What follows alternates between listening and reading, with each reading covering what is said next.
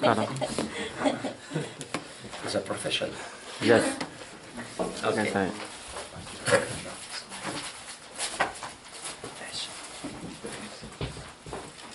In the name of the Father, and of the Son, and of the Holy Spirit. Amen. Let us pray for justice, for peace, for the respect of the human person, especially in those countries where Christians are persecuted and put to death. Hail Mary, full of grace, the Lord is with thee. Blessed art thou among women, and blessed is the fruit of thy womb, Jesus. Holy Mary, Mother of God, pray for us sinners, now and at the hour of our death. Amen. Mary, seat of wisdom, pray for us. In the name of the Father, and of the Son, and of the Holy Spirit. Well, last class we had the historical approach, I would say, about liberalism and communism. Capitalism. So we saw the root, what are the influences that lead to the actual system, which is predominant in the Western world, capitalist system. And the philosophy underlying that is liberalism. Liberalism. So a distinction, liberalism is the philosophy, and capitalism is the economic system. But they are together. Like, for example, communism and Marxism. Marxism is the philosophy, and communism is the economic and political system. Okay? So we go now to study systematically the nature of the economical liberalism. That means the liberalism apply to economy. Apply to economy. That is the second part of the text I gave you on page 9. I go to William Webster. He gives a very good definition of liberalism. It's the theory in economics. Here is really economical liberalism. The theory in economic emphasizing, every word is important, individual freedom from restraint. Individual freedom from restraint, no control. And usually based on free competition, the self-regulated market, and the gold standard. But today is not the gold standard, but it's the international standard today, the green, and the American dollar. American dollar. But many people are very prudent. Even on television, they announce, don't trust American dollar, buy gold, buy silver, to prepare a bad times. Another definition given by Merriam-Webster is liberalism is a political philosophy. You know, politics, economy, and philosophy, they go together because the way we run a country is the way also we deal with economy. So politics and economy are very, very linked, and they are very attached one to the other. Based on the belief in progress. Here, what is the philosopher who spoke about progress and progress for progress? Condorcet. Condorcet. Condorcet. And that idea was very intensified by an American philosopher we call John Dewey. John Dewey, he takes the same idea of Condorcet. He says progress for progress. The finality of progress is to make more progress, you know.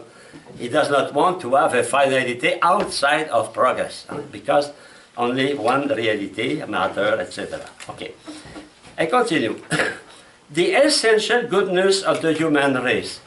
Man is good, so we have to trust man. And the autonomy of the individual. Autonomy, Voltaire here, the influence of Voltaire. One of the first. Independence, independent from man, independent from God also. Because the measure of my action is my own reason.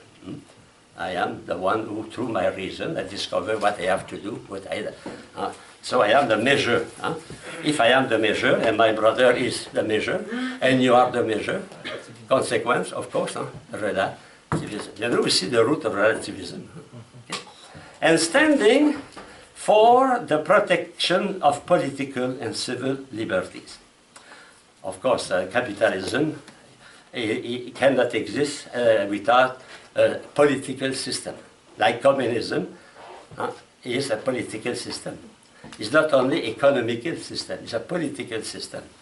In fact, our society, in the Western country, our politics and our economy, they are like a twin sister or twin brother. They go together. We cannot separate them. Now, another approach. We can say that the liberalism is a system based on freedom. As first principle, the foundation. Why the word liberalism? It comes from Latin liber. And liber in Latin means free. Free. It's interesting. Huh? A child before the age of 12 was a puer. So those who study Latin, they will understand that. When we study, we say a child can be puer or can be liber. So he was a puer up to 12 years old. And he became a liber after 12 years old. Huh? Initiation, no? Huh? Like for the Jews, the confirmation for Catholic. Huh? But what is interesting to know, the word puer means also slave.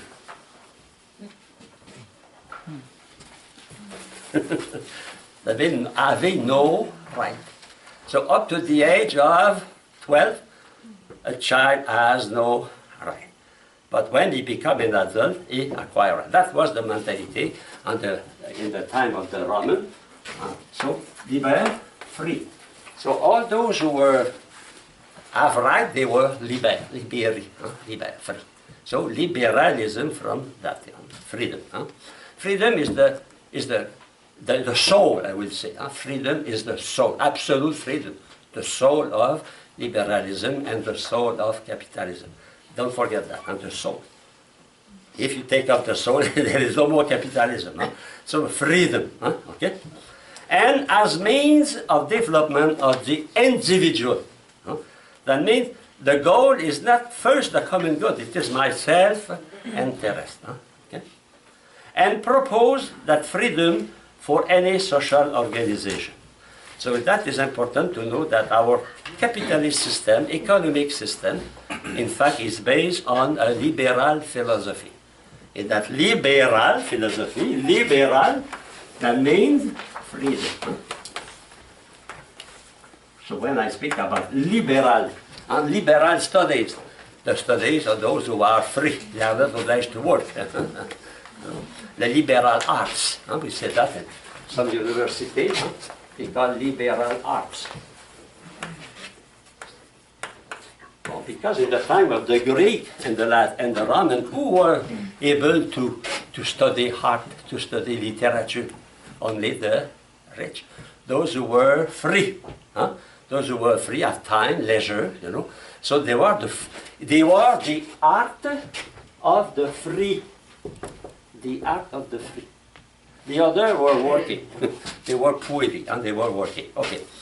I continue. Another thing, characteristic is freedom from authority. The ideal is to arrive to be able to run the business economy without any control. No control. That is the idea. Why? Because if you have control, you are not free. If you have control, you are not free. It is a mentality of freedom, free from everything, free for all. No, I say sometimes to my students, a locomotive, an engine, is free only when it stays on its track. No, a tramway, a train is free only when it stays on its rails. If it has the fantasy to say, oh, I'm tired to follow the rail, I will go to visit my friend, but he's finished. He said, the rail, no? So freedom does not imply to do anything, but the conception of freedom here is to be free from authority. But why? We'll see that just after, because market economy is something like physics. Huh? It is a science, it is determinist, and we have only to let think. For example, you cultivate flowers. Soon, when the snow will disappear, I hope, you will put seed of flower, and after that you will see flower will go a stem, flower. Will you do every morning, say, okay, no. You will let the flower grow by itself. So, economists here, it is the same. Let things grow by itself. You know? Don't intervene with laws, with restriction. Okay? No restriction. So that is the ideal. The idea. You know, remember the 5 ways of government. Those who control absolutely everything, and those who want to control nothing. Anarchy and absolute totalitarianism. In between you have the rainbow, many systems. So it's impossible. When we live together, we need a kind of authority. But the ideal will be without any authority. It's interesting. It's the ideal of capitalists, but you know it is also the ideal of communists. Because Marx and Lenin, they say, the ideal is to arrive at a government, a state without any government. A red paradise. The red paradise. That means people will be so well, they will need nobody to be their leader. They will, by themselves, do their best. Okay? So freedom from authority. It is the doctrine that affirms that economic matter, one has to be absolutely free. The word absolutely is important, because it is the ideal. The ideal is to arrive to absolute freedom in economy. No control at all from the state. You know, it's interesting is to see here, what is the fight continually. It is a kind of fight against the government, because we find the government is controlling too much. And someone in the government, they think we have to control. That is, politics is that. Is the reason why we can say politics is a continual fight. A fight on those who want to be totally free, and those who want to assure the common good. But to assure the common good, you have to control. You know, when you play football or soccer or hockey, you must have a control. A referee, no. Imagine if there was no referee. It will be the law of jungle. And we will need many ambulances to come back after the game. No, we have a referee to control. When they begin to fight, we separate them. You know, it's the same in by analogy. In economy, it's a fight. No, it's a competition. And now we must have some law, otherwise there will be injustice, like in hockey, like everywhere. Everywhere there is many people, we must have authority or control. But they won't. The ideal will be no control at all. And when yesterday we saw, for example, the League of Manchester, Manchester League, they want to suppress any control in such a way that in Great Britain they will be able to buy meat and to buy wheat from Argentina at a lower cost than the price in England. They say, we are free. Yes, but the poor farmer in England, they will not be able to sell. You know, we must have a certain control. You know. Okay? I continue, and not be restrained by any civil, moral law, and professional organization. 3 words, important. No? Any civil. So the government, the best government is the least government. The least we have a government, the best it is. That is the principle. A moral law. Because ethics is apart legality, you know. Don't forget, we separate that. Kant separated that, and now no intervention of moral law. You understand when the Pope, like for example, Francis, speak about the injustice in our societies, they don't like that, because they say, no, go to your sacristy, stay in your church, speak in your pulpit, but not on the street. Okay? And professional organization, labor union. Of course, they are not happy with labor union. They do what the best. A good example of that, unfortunately, is Walmart. Walmart, to give you an example, an authentic example, in we got a region we call Lac Saint John Lake in Quebec, and they created a huge store, Walmart. But in the Canadian law, if 50% plus one vote for a labor union, every employee in the business are obliged to pay for that labor union. And the boss must accept the existence of the labor union. So finally the employees voted for a labor union, and they have the majority. What did Walmart do? He closed the store. A brand new store. He preferred to abandon the store than to have a labor union. No? Here. No labor union, no control. Okay. Now, Monsieur Régis Jolivet, a French author, he writes, it are the doctrines affirming that freedom from any obstacle is the only means, the lone means, but also the only means for progress, for harmony, and for social peace. That is the idea. You see, if everyone respects the law of market, everybody will be happy. It will be harmony. But in fact, it's not what happened. The rich become more and richer and richer. You remember the example given by Pope Francis, huh? You have a glass of water.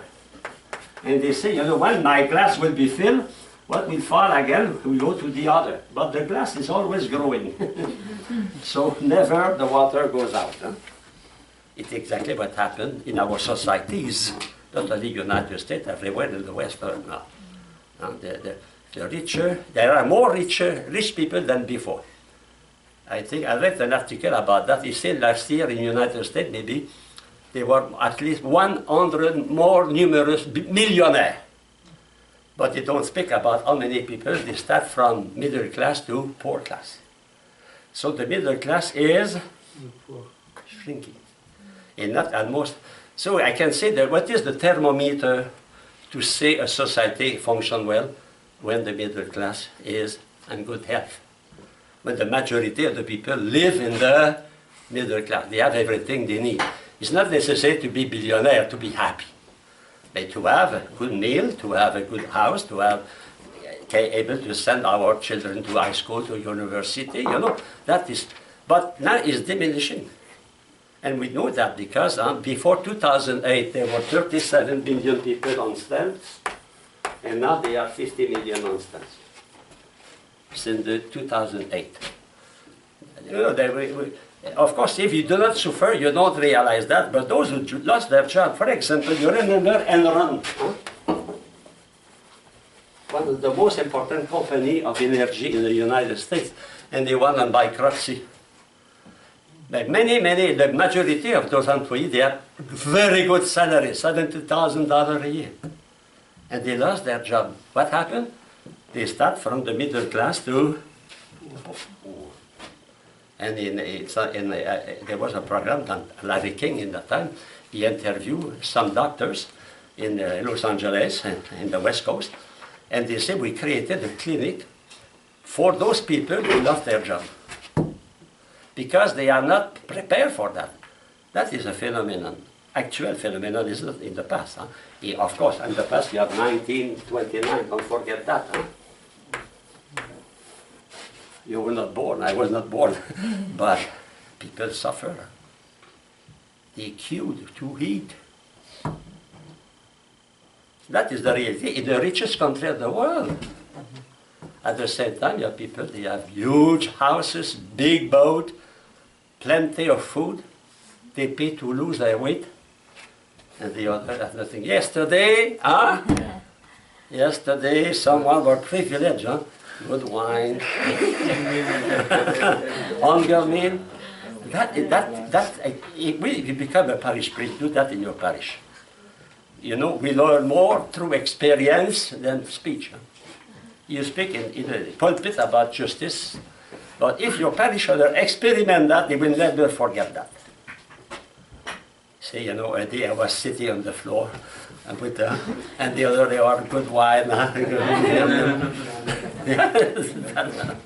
Okay. Now, what is the principle of primacy of material good? In fact, liberalism is materialistic. I don't say that everyone proning the philosophy of materialism is a materialist, but the philosophy in itself is materialistic. First, for example, they reduce everything to scientific phenomena. Economy is a scientific phenomenon. A phenomenon like the fall of the chuck here on the desk, you know. So we have to intervene. In fact, that is linked with, we see that in few minutes, determinism. When we speak about determinism, we are close in the matter. We are close in materialism. Okay? Oh, but what happens, sometimes people are materialists 6 days a week, and on Sunday they are spiritualists.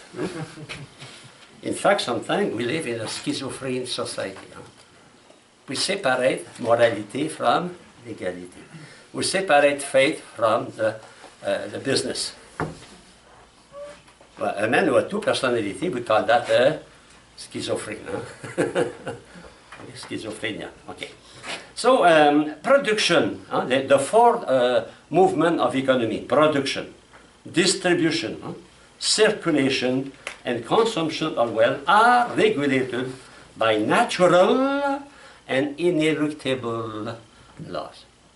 In fact, we cannot control. I cannot control the law of gravity. I cannot say, okay, Chuck, stay there. Stay there. No. I have no control. If I let it, if it falls, you know. The economy is the same. Don't intervene. Economy will follow the laws, the natural law. Interesting. Economy will follow the natural law. The what natural law? Is the natural law from the eternal law? No, it's the physical law. Don't forget that. I insist on that. Huh? They use the same term. They say natural law. But when they say natural law, it is not our natural law. Our natural law comes from the eternal law. It is my nature. I must act according to my nature. Natural law for them are the law of physics, chemistry. That means the law determined without any freedom, any possibility of intervention from authority or from freedom. So, in fact, it is a mechanistic. The economy is a mechanic. Is a machine. It is and that idea comes from Descartes. Remember, Descartes, see, life is like it's a machine, it's a mechanic. So don't intervene. Laissez faire, laissez passer. We remember that, huh? Let it be done, let it pass. Huh? Okay. Therefore, no external authority. You know. Why? Because the economy is a science, is a material reality, is a natural fact. We don't have to intervene. No more than every morning we raise we elongated the little tree, grow. I want you to be tall for Christmas. Okay, grow. No, the tree grows according to natural law. Economy grows according to natural law. So therefore, no state intervention, no authority, no state intervention, no church intervention, no religion intervention. And you understand now why in our society there is more and more separation from what is the material reality from spiritual reality. More and more. At such a point we cannot make the sign of the cross on the football ground. We cannot see our Father in the country defending freedom. But, you know, it is the separation from a spiritual from the material. Okay, you can be a spiritual, you can be a good Protestant, a good Calvinist, but Don't forget, the economy, there is no religion. No religion. Okay? I gave you a text of Father Fagotti. It's the second text. The first text I gave you this morning is Francis, the Pope Francis. The second text is Father Fagotti. I gave that because in your book there is no chapter on capitalism. So you can read that. It's very, very well done. Okay. So Father Fagotti, he says that economy system is characterized by four things. First, a private ownership.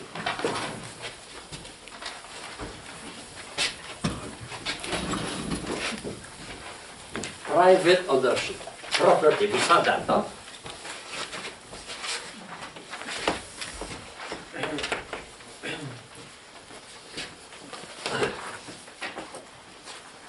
Or property, private property. We have a chapter on that. Secondly, on free enterprise, freedom of enterprise. Thirdly, the profit motive. Because in everything we do, we have a motive. And the motive is my own interest, my profit, my benefit. And finally, invested funds. That means capitalism cannot exist without putting money together. You know? So we put money together. In fact, we saw that yesterday, that capitalism began when people wanted to do something important, but they were not able alone. So many rich people, they create a bank, they create a corporation to be able to trade with China in the time of Marco Polo or with other countries. Okay? So, but capitalism, don't forget, like every reality, is changing. So if you study capitalism or liberalism in the beginning of the 19th century, and today, you will see it is evolving continually. And I will say, probably it is because it is evolving, it can continue to exist. It adapted. We saw that, for example, Adam Smith and Bentham and John Stuart Mill, they don't have exactly the same idea of capitalism. Bentham, he begins to be attentive to the needs of the people. And John Stuart Mill, he say, okay, we are capitalists, but you know, we cannot work if we don't have a good worker. So we have to take care of the worker. You know? There is an evolution. They use the goal. Why Spain conquered South America? It was to have gold. And today, it's to have American money. So what China did for many years, she buy American money. She buy your national debt. You know, China possesses a large part of your national debt. That means it is the relation that China has good relations with the United States. A farmer has always good relation with his cow. With his cow. The milk. Because when you borrow money, what do you have after? And they rest. And you know that 20% of the American budget is only to pay the interest of the debt. $1 on $5 is to pay, not the debt, to pay the interest of the debt. Wow. And some countries in Africa, it's more than that. When I was in Africa, the Canadian ambassador in Cameroon told me, and the benefit, the profit of the Cameroon equal the interest of the debt. That means that is very serious. We don't say that publicly, but that is the reality. Okay? So determine, and the second point, next page, is the materialistic determinism. Materialism. A materialism does not imply any intervention of freedom. We have to let the mechanic accomplish. Do you intervene continually to control your watch? No.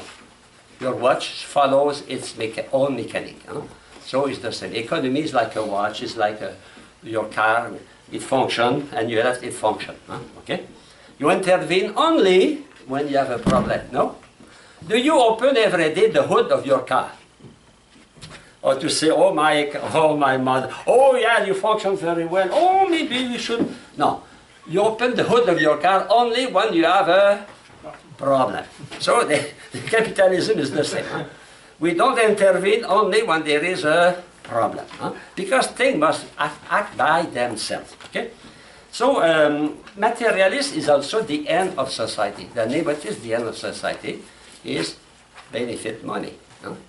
Or go, depending on the country. Huh? Temporal welfare. Huh? Temporal welfare. I remember in 1960 in Quebec, when we have a new government, they changed, democratize the education. There was billboard on the road, huge. I say in French, s'instruire, c'est s'enrichir.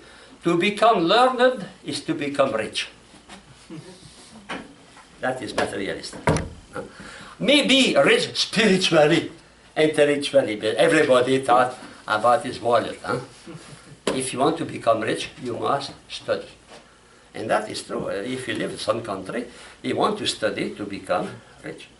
I said the mass in a college, in a high school, run by the brother of Sacred Heart in Cameroon. The village was Macaque. There were 900 children in the board school, 900. And it was the day of the All Saints, the 1st of November. That is, for me, so I will never forget that. And I have to say the mass. Imagine 900 students in the chapel, 900. So it was the beatitude, now bless the poor, bless. So I asked question to one, at random I took one. I said, why are you here in the college, high school? Why? May to study. Why would you study? May to have a diploma. Why to have a diploma? May to go to university. Why do you go to university? May to have a job, to have a... why do you have a job? To make money. And why to make money? But to become a great. Huh? And after that, I will marry with children. And after that, I will die. And in the chapel, imagine that struck. You know, what was the goal? To make money, to become a great. They don't study for the truth. If you go to any university, ask the student, why do you study? How many will say, I study to discover the truth, the wisdom, to find the wisdom of Satan? That is interesting. We work for our... And when we have a materialistic society, what is not rentable, what is not profitable, we don't work on that. And that the danger is to lose the sense of gratuity. Huh? We work only if we are paid. We see that with children. Huh? The father says to his 12-year-old boy, he says, okay, cut the grass. Oh, I'm tired. Oh, I have some paper to write. I have to... Okay, I give you $5. Okay, here you go. No? Motivation. Interesting, huh? Materialistic. We live in a materialistic society. Do you say, oh, mother, I will do that because I love you. Oh, I love you so much, I will help you. No. Oh, of course, some good girl in Vietnam, they do that because they become sisters. But you know, it's human, no? And sometimes people are surprised that someone, they work for nothing. For example, those doctors, we have that in Hartford, you know, there is a kind of mobile clinic, huh? By the Knight of Malta, and they work free. Those doctors who are there, they give their time free. And it's strange. For many, they cannot believe that. You say, no, it's impossible. You become a priest, you have not a big salary. No. You should find money somewhere. Huh? The mentality, huh? Materialistic mentality. And we live in that mentality. And the expression of that also is hedonism. Hedonism. Pleasure. Pleasure, pleasure, pleasure, pleasure. You look at all the news, all the advertising during the day. Always about pleasure. pleasure, beauty of the body, you know. Of course, this is, we must be, there is no obligation to be ugly. Huh? We are not obliged to be ugly, to be, but it should not be the goal of our life. Huh? Okay, continue. Prosperity depends on the respect of natural law. But don't forget, natural law are physical law. And they are not the law of Moses inscribed in our hearts. Huh? Okay? And in that important word, it is the word determinism. When you study physics, we are in the domain of determinism. That means no freedom, no intervention, you know, of human. When I prepare experimentation in class for my students, I don't intervene all the time to say, hey, sodium, work on the water. No, the sodium by itself on the water, it will produce hydrogen and to explode. And children will find that very funny. You know? But I don't intervene directly. I let things go. Let things go. Let's say fair. Let's say fair. Things will go by themselves. Okay? It's interesting, in the old time in Canada, people did not have a car, but they have horses. And the children have to go to school. You know, we don't stop school even if they are 1 foot of school, of snow. So we use sleigh. We use sleigh, and the horse was going to the school with the children. So the children were in the snow, in the sleigh with the fur, you know, and the horse was going to school. And after, the horse by himself came back home with the sleigh, empty sleigh. Wow. Yes. You know, that laissez-faire. Let it go. Let it go. It was, in fact, what Moses said to Pharaoh. Let them go. That is freedom. Okay? Let's take next paragraph. Primacy of freedom. Well, we spoke about that many times. Freedom is the principal agent of the prosperity of all. So the role of universal and unlimited competition. Universal. Today it is realized, we call that globalization. Globalization. Before it was for a country or for a region, now it's for the whole world. You can buy in China, no? You can buy in China from here. That was 50 years ago, it was absolutely impossible to think about that. I can buy in China, I can buy in another country. A few years ago, some seminarian here, bought a chalice on the internet from France. He showed me a beautiful chalice. But globalization. He did not go to Patrick within the store, not far from here. Baker, Patrick Baker, or Father Pierce Marier. No, he went to globalization, freedom, no control. That is the problem now with Google. You saw that on television. And what is the limit of freedom? You know, someone said Americans lost the war in Vietnam because of the freedom of media. Nothing was hidden. Everything was put on television in such a way that the communists knew the result of their attack from American who watched television and they said, you know, you killed how many soldiers.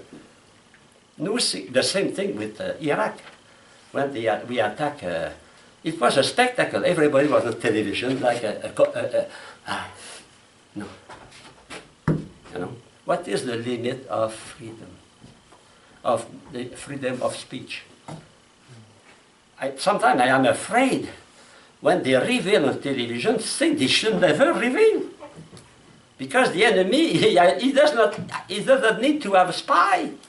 He has only to be attached to CNN or to American television. He knows everything. And that is the problem of the leaks, you know. That is a big problem. You know, if we go too far in freedom, we arrive to anarchy. Freedom must be controlled. Even my freedom. I must control my freedom, no? You are free to drink beer, no? I am free to drink beer. But I must stop. Huh? After 2, okay, it's enough. No, my thirst is satisfied. Huh? Maybe even my passion, but my thirst is satisfied. Huh? You know, to drink beer is like a glass of Father of Pope Francis. Huh? The bottle is never empty. Huh? It's never empty. Huh? My stomach is never empty. It's never filled. Okay. So, I go to the next page on personal profit, of course, and that is the nerve. Huh? The nerve of personal motivation. And that is true. We cannot do anything without a motivation. But here, what is the motivation? My benefit, huh? My profit. So personal interest and competitiveness of self-interest. My motivation is my self-interest. Your motivation is your self-interest. So what happens? We fight. And an economy is a fight. And so in any fight, we need a referee with a whistle to say, hey, observe the law, a minimum. Huh? Okay. Another characteristic is the self-correctiveness of the system. According to those thinkers of liberalism and capitalism, the system should heal itself, like my body. I cut my skin and my body itself repair that. So the balance of economy should be made by itself, without any intervention, like a body, you know. But that is not conform to the history, is not conform to the reality. And when we don't control, then we have 1929. We have 2008. You know, it's interesting, huh? I give you an example. When Reagan arrived at the government, he suppressed the control. Huh? It was an explosion of economy in the United States. In Canada, the Prime Minister, Mr. Chrétien, he did not accept that. He said, no, we have good laws, we control our economy, we don't change. And he was considered as a dinosaur. You see, you have a dinosaur. But in 2008, people were very happy because we have no consequence of that crisis in my country. Because the government controls. Here, there is no control. My people, they make artificial blood. Huh?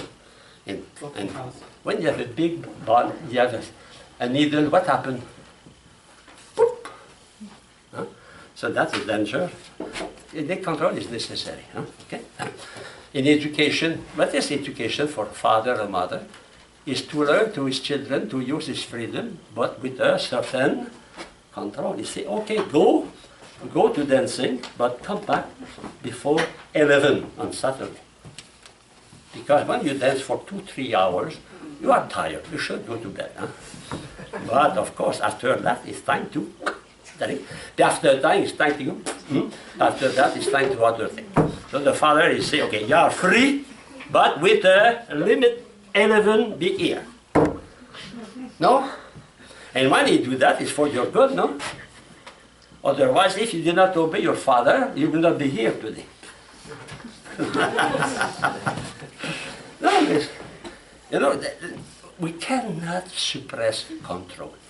And that is, and what I say now, it's an heresy.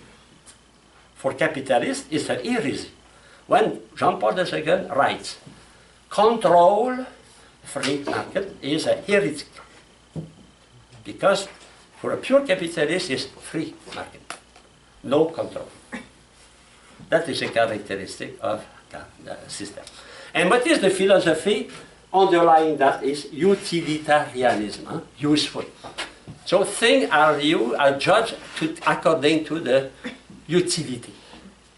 So if it is good for the progress of the country, the progress of the money, more money and more money, that is good, you know. Okay. So when those lateral are respected, one will work for the common interest, while thinking is acting for his own interest. In fact, they realize from Adam Smith it was for my own interest, But John Stuart Mill said, no, we have to take care of the common interest. Why? Because the common interest is my own interest. You know? So I work for the common interest, not for the common interest of the interest of others. But finally, it is for my own interest. I use the common good as a mean for my interest. That is utilitarianism. It's not the same for us. When we want to work for the common good, work for the common good of others. First, of course, that benefit to us, but not the end. Finally, is not myself. Don't forget, the end of liberalism is myself, is my own interest. Okay, but of course, I live in a society. I must be attentive to the law, the reality of the society. That means in a society, everyone wants to take benefit of the situation, no? Except someone who are very special, like Saint Francis of Assisi, a little bit crazy, you know. Imagine he was the son of a billionaire, the richest man in the region.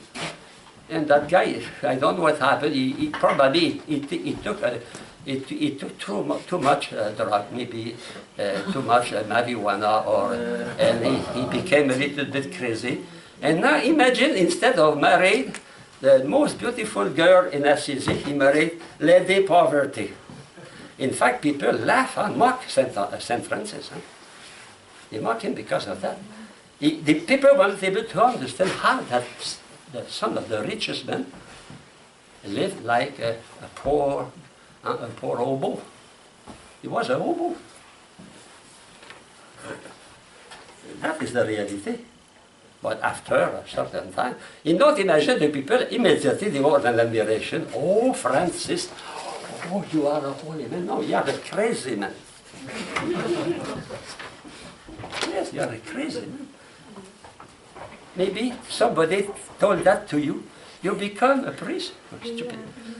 You become a sister. Oh, what a loss for the society. When I was a brother, and we worked on the street, there was a companion. He said, when we met beautiful, we are not blind, huh? A beautiful girl, we say, one more that we make unhappy because we don't marry, you know. Poverty is a nonsense in that system. Poverty is a nonsense. You don't understand why it's difficult to accept the beatitude. It is the first beatitude. Bless the poor. And bless the rich. Yes, but when you are very rich, we can be poor in spirit, but the majority are not poor in spirit. They are poor, they are rich in spirit. Okay, I don't want to mock the rich, because they are very good rich, very good. I met our society, we exist because we are rich men, but they accept to share, to use that. Like, I have a great admiration, you know, for Mr. Buffett. Mr. Buffett is one of the richest men in the United States. And but that man, he was interviewed, he said, the half of my benefit every year, I give that not to charities.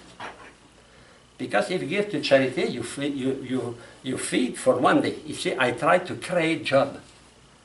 I try to create enterprise for give them a constant source of revenue, not only for one day. You understand the difference, huh? Is the reason why when you work for social justice in the third world, what is important is to give them the tool to help others. I received recently a call, a demand for one of my former students. He's a priest now in Cameroon. And now he's in France. His bishop sent him in France to study agriculture, you know, new method of agriculture, because Cameroon is a country of agriculture. So, and I asked for help, I received help, I sent them help because he needs help, money. Huh? But I said that is a good investment.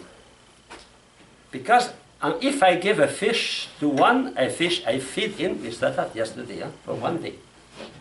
If I learn him how to fish, I feed him for the rest of his life. So that is important. And try to favor projects where people are committed to do something. In most of the time, those who live in Africa, we say that the best projects are the micro project, where the people are doing something, preparing something, and working by themselves, and that produce very good results. Another law is the law of supply and demand. You know that law, supply and demand. So the individual freedom is realized through the law of demand and supply and demand. But the balance between supply and demand expresses the natural balance of economic force and make justice a reality. What is the meaning of that? That means don't intervene. The economy by themselves, according to the law of supply and demand, or demand and supply, will regulate everything in total justice. That is not true. History proves that that is not true. Okay, so what is that law? Of course, if people ask for something, we produce something. For example, today nobody asks for radio AM. But they ask for a radio able to communicate with satellite, you know. We have to answer the demand. 35 years ago, 40 years ago, the demand was for calculator, a little calculator. Today the demand is for iPod, all those things, you know. So of course the supply answer to the demand. So if you look at the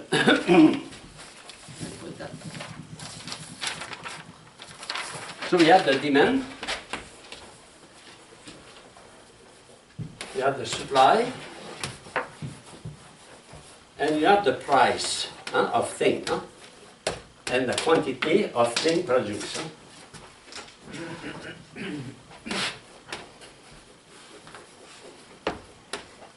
So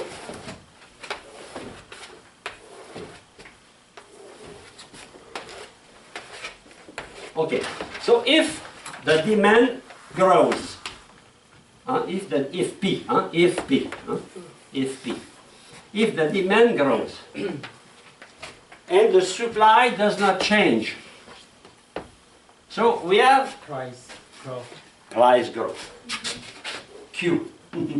If P, then Q.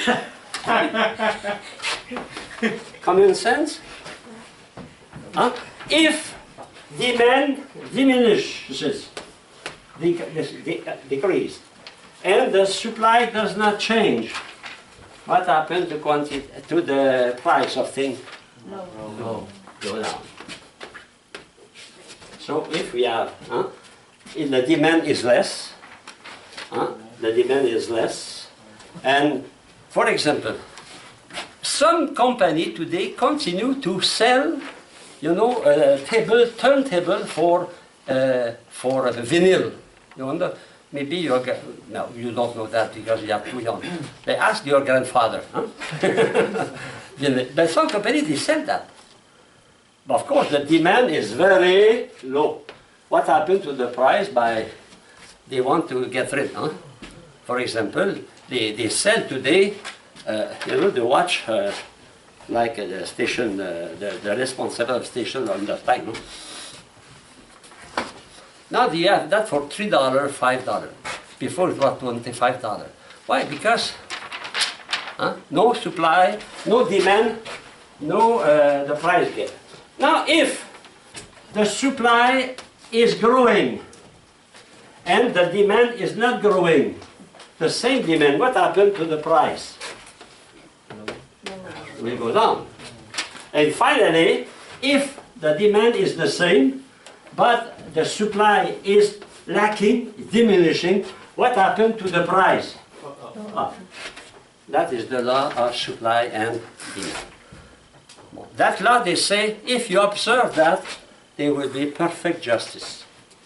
But we can create artificial. I told you last class that I should send that through email to you. And the picture of thousands and thousands and thousands of brand new cars condemned to stay there for years up to their complete, become completely rusted.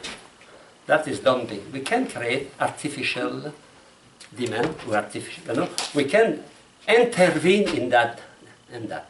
And that is the fact. In Cameroon, for example, when I was writer at seminary, my bursar went to the city, Yaoundé, to buy sugar. We have 135 students. Buy sugar. Ah, no sugar. Ah? No sugar. And Cameroon is one of the most important country producing sugar. No sugar? Oh, no sugar. Next week, sugar, but what happened? The price. So it was artificial manipulation of supply and demand. They put the sugar in shed to create artificial need. And that the demand grow, okay, now pay more. An example of that is oil, no? Oil. Now oil went down, but now oil now is coming up because the pretext is that there was an accident in Texas, etc. So we cannot, in fact, it's not true. There is always intervention of human dumping. Yesterday, you remember, what is the part of food wasted, thrown to the garbage? 1/8. 1/8. That means a lot of food. Poor people, now they know where to go. And on Monday morning, they go close to the big shopping center because on Monday morning they clean, they renew, and they put the bread, they put that in the garbage. And they have perfect bread. But they have to dump bread, to have new bread, to make production, and to continue to have the same price. Otherwise, what will happen? The price will go down. That is not true that we follow the law of supply and demand. It's not true. But, yes. I have a question. How do you answer for the economists that say if we want to make people happy by keeping the price low for people, we should limit the demand by we limit the number of children. Like for example, yeah, but that is Malthus. We speak about that. Malthus. Malthusian spoke about that last class also. Malthus, he said, the obstacle to wealth is the number of children. If you have 10 children, you have to divide your capital by 10. When you die, you have $10,000, everyone will receive only $1,000. So if you have only one child will receive everything. You have two, a boy and a girl, the boy will receive everything. And in England, they changed the law, because the law before, we remember that was to give a portion of the inheritance to each one. And they passed a law, they said no, because if you do that, continually you are crushing your capital. So you can designate the one who is to receive your inheritance, your company, for example. Okay? I'm not an economist, but I can say that Malthus is the one who if we have big problem today with families, it's Malthus. But we call that Malthusianism. His name is given to the control of birth. Because it is an obstacle. How we can have a baby? I must buy a car. No? People say that. I have a nephew, he said. He's not my, he's only the boyfriend of my niece. They have one child. I said to her, why do you don't want to have a second? Because my niece wants to have a second child. He said, if we have a second child, we cannot go to a restaurant no more. We cannot go to theater. That means, he said, it's sure, when we have a child, 2 children, 3 children, 4 children, you have to divide. You have to share with your children. You have to forget your own sport, and take care of them. What is the mentality of capitalism? It is selfish. So, you know, that is in fact, one of the factor why the family is shrinking, because of that. Because it is my interest first. It is not conscious. Huh? It is not conscious. It is unconscious. Why? Because we live in an environment where it is the mentality. I give you an example. My brother, when he had a second daughter, he went to his, he worked in a garage like a accounting. He told me, instead of say, hey Peter, well, congratulations, they said, you know Peter, you don't know how to do. Understand, huh? You don't know how to do. You cannot stop. Nice. Imagine after one, the second was too much. Okay, that answered your question. But under that, always my interest, huh? My comfort. In fact, what is the vice? I say the vice of capitalism is selfishness. How is it possible that Rio de Janeiro we have huge, beautiful houses, and 100 feet on the other side of the fence you have excessively poor people? The same place, the same air, the same country, the same city. You know? New York, when I was in New York 20 years ago, I remember Harlem was the separation. Huh? On one side of Harlem it was rich, on the other side it was poor. You know? Question, and now another consequence which are, it is relativism. What is it is interesting to see that the same people, they affirm determinism, at the same time they affirm relativism. Determinism, because everything in economy must follow the laws, the scientific law of economy. And relativism, why? Because everyone is boss. Huh? My freedom. So I am free not only to act, I am free to think also. You see, we see very well that freedom of acting is linked with freedom of thinking. And that freedom of thinking comes from the Enlightenment, encyclopedia. There is no more magisterium. Everyone thinks by himself. Therefore, everything becomes relative. What is good for me? Well, it's good for me. I like gin. You prefer milk? Okay, it's good for you. Huh? Some French, they say we don't drink water. Why? Because we don't want to rust. Huh? You know, I prefer wine. I like wine, but good. Oh, no, never wine, only water. And not, oh no, beer or tequila. Or tequila. I am okay. You are okay. We are satisfied. We live in democracy. There is no democracy without relativism. Excuse me. It is what John Locke says, that democracy is based on tolerance. What is tolerance? Is to accept that the other does not eat, does not think, does not act as myself. As long as it does not destroy other, make wrong to other, he is okay, I am okay. Relativism. And Benedict XVI insists so much on that. All the time he came, the vice of our time is relativism. There is no more universal truth. There is no more universal justice. There is a justice for the poor, a justice for the rich.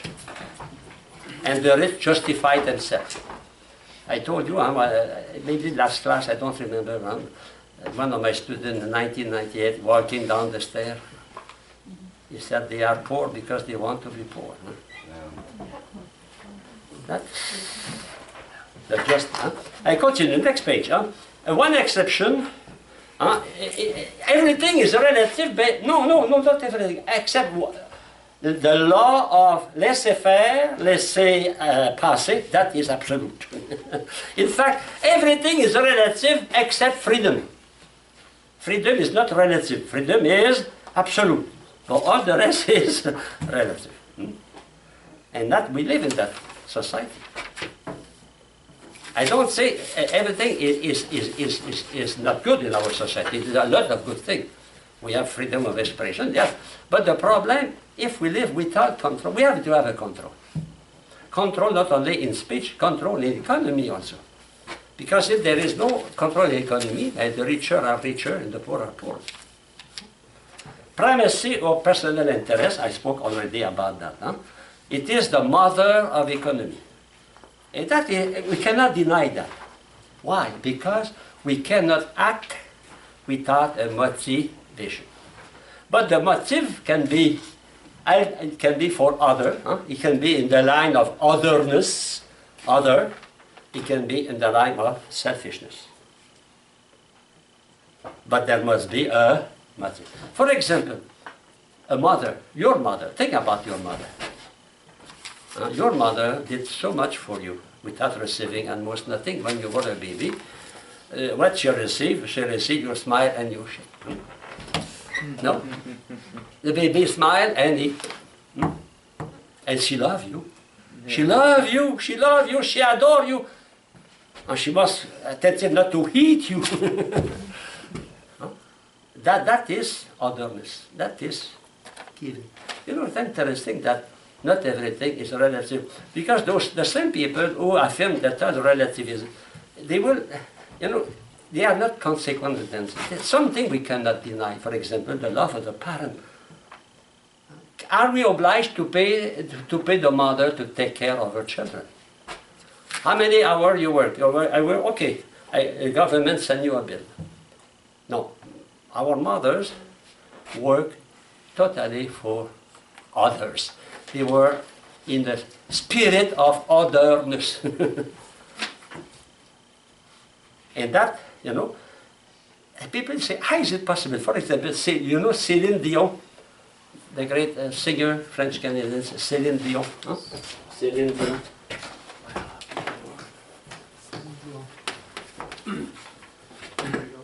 She is the last, I think she is the 14th child of the family.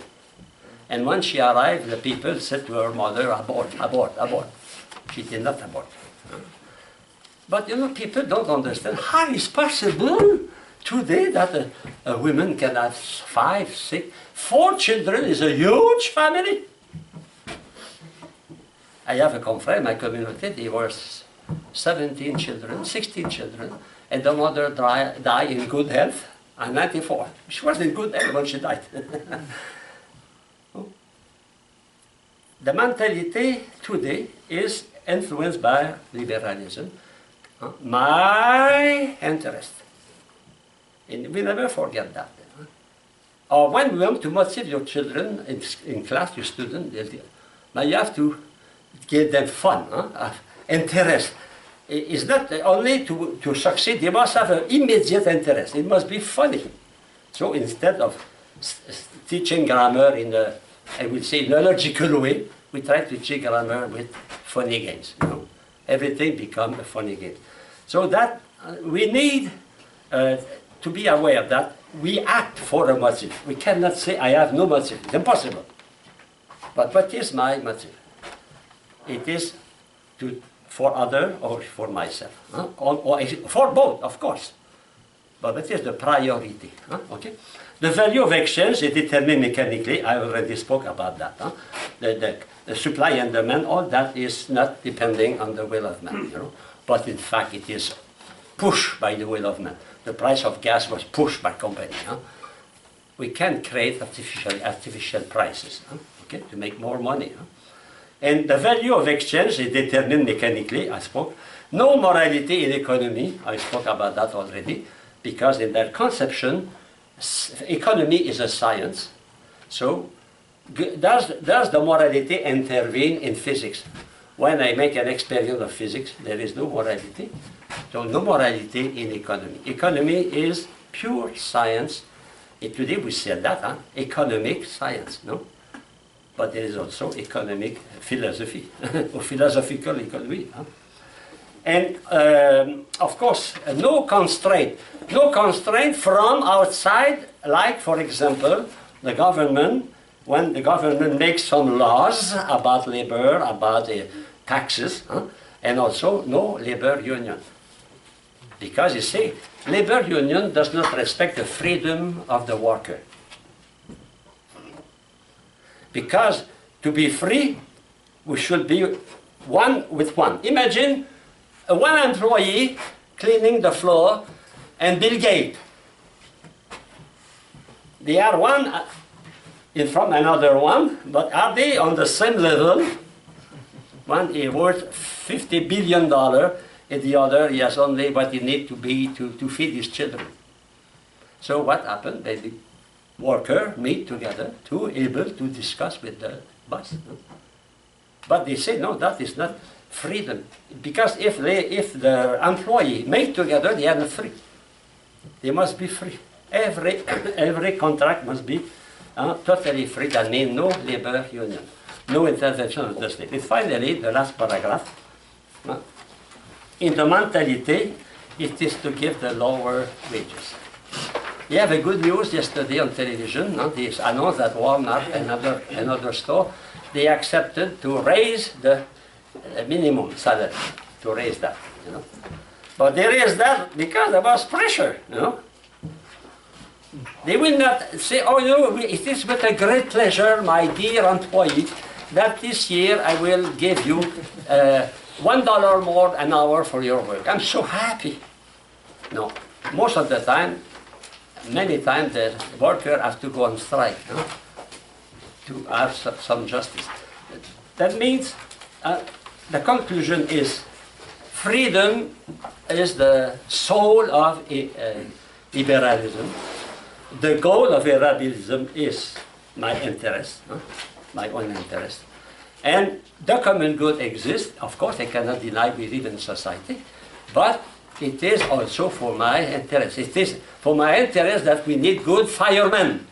It's for our own interest we get good police to protect my goods.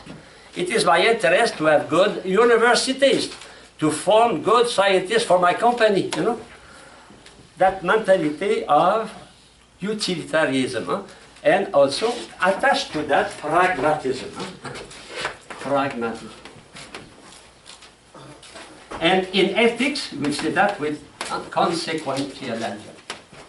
Consequentialism.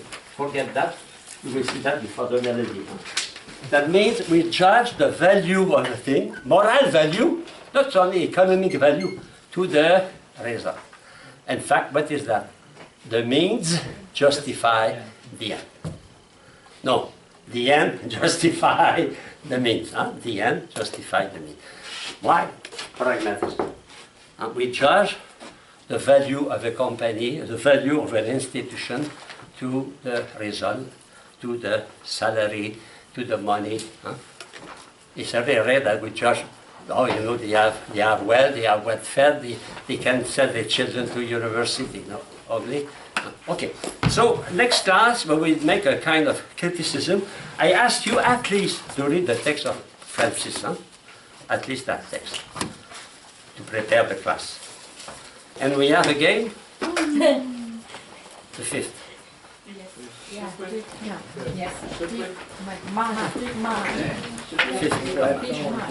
Okay. Can you stop, brother? Yeah.